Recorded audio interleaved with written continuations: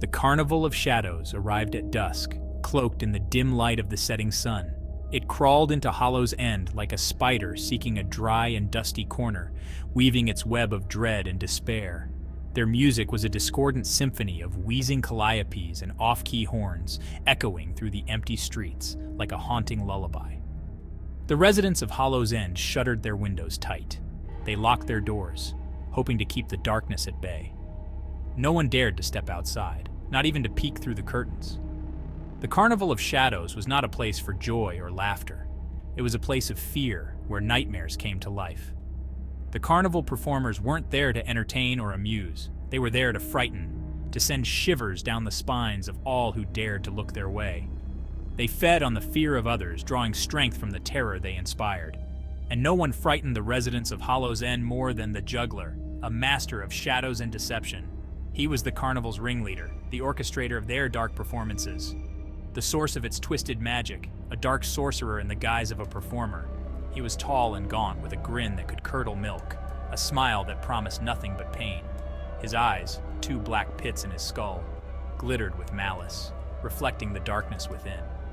His laughter was the sound of shattering glass, a chilling symphony that echoed through the night, leaving a trail of broken dreams in its wake.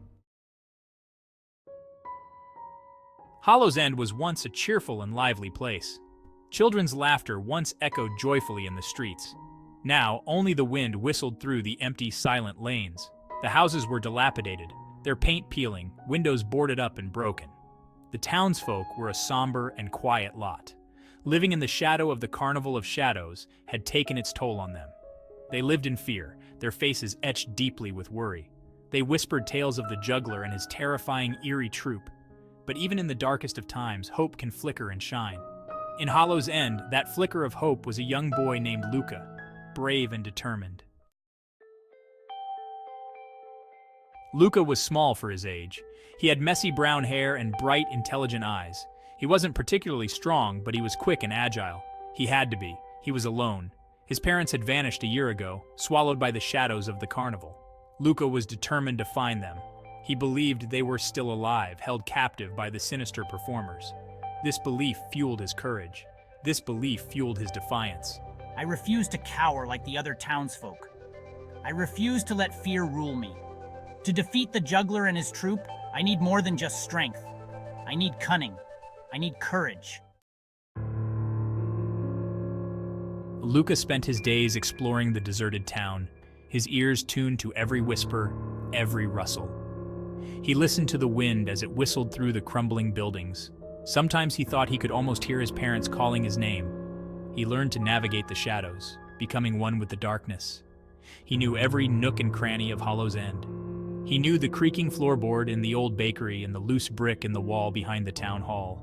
The Carnival of Shadows will return. The Juggler will make his presence felt once more, and when he does, I'll be ready.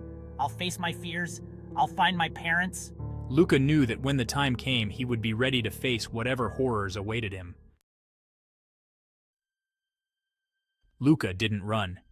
He stood his ground, his mind racing. He had anticipated this encounter. He had set a trap. As the clown lumbered closer, its eyes fixed on Luca, it didn't notice the thin tripwire Luca had strung between two lampposts. Huh? The clown stumbled, its massive body crashing to the ground with a thud. It lay there for a moment, stunned. Luca didn't hesitate. He sprinted past the fallen clown, his heart pounding in his chest. I did it. I survived. He had survived his first encounter, but he knew this was just the beginning. He needed to find a way to reach the Juggler, to confront the source of the darkness that had engulfed Hollow's End, to find his parents. I won't stop until I find them. Each day brought new challenges, each more daunting than the last. New encounters with the grotesque denizens of the Carnival of Shadows, each one more terrifying than the previous. Luca faced them all with courage and quick thinking, never letting fear take hold of him. He outsmarted a trio of cackling clowns by luring them into a hall of mirrors, where their own reflections became their downfall. He escaped a monstrous strongman by squeezing through a broken window too small for its bulk, leaving the brute roaring in frustration. Gotta keep moving, no time to rest. Can't let them catch me. Not now, not ever. He was a shadow himself, flitting through the darkened alleys, always a step ahead, always just out of reach. He learned the rhythms of the carnival, the ebb and flow of its sinister energy, the patterns of its cruelty. He watched the clowns, studying their movements, learning their weaknesses, and planning his next move. They have patterns. I can use this.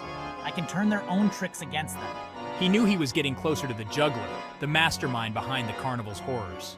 He could feel it in the chilling laughter that echoed through the night, a sinister symphony that guided his steps. He could sense it in the growing unease of the carnival performers, their fear palpable in the air. Who is this boy?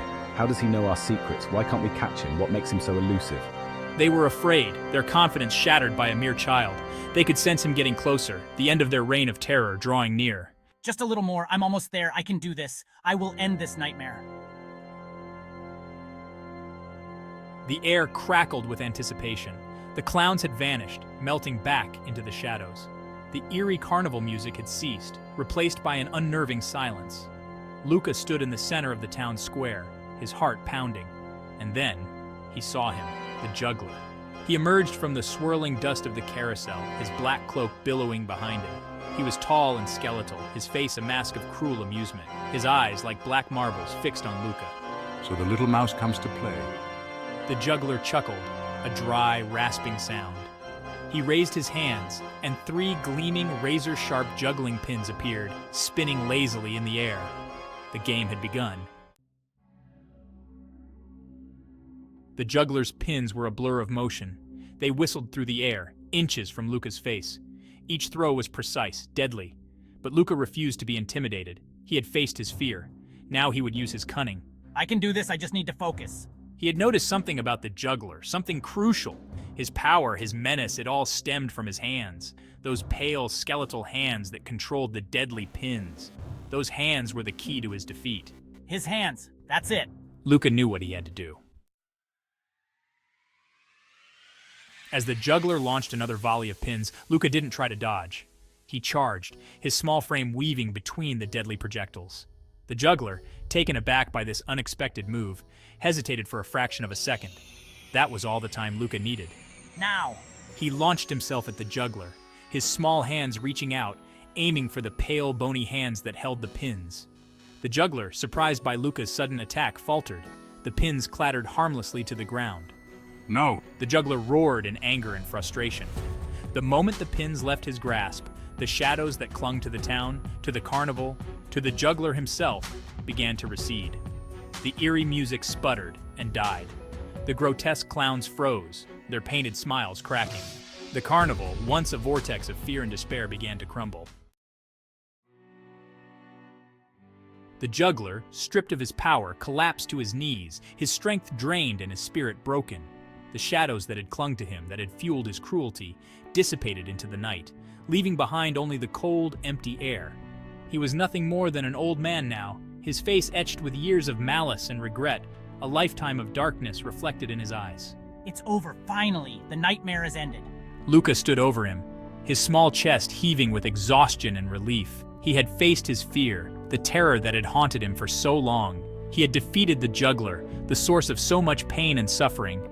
But his victory felt hollow, a bittersweet triumph. His parents were nowhere to be found, their absence a gaping void in his heart. Mom, Dad, where are you?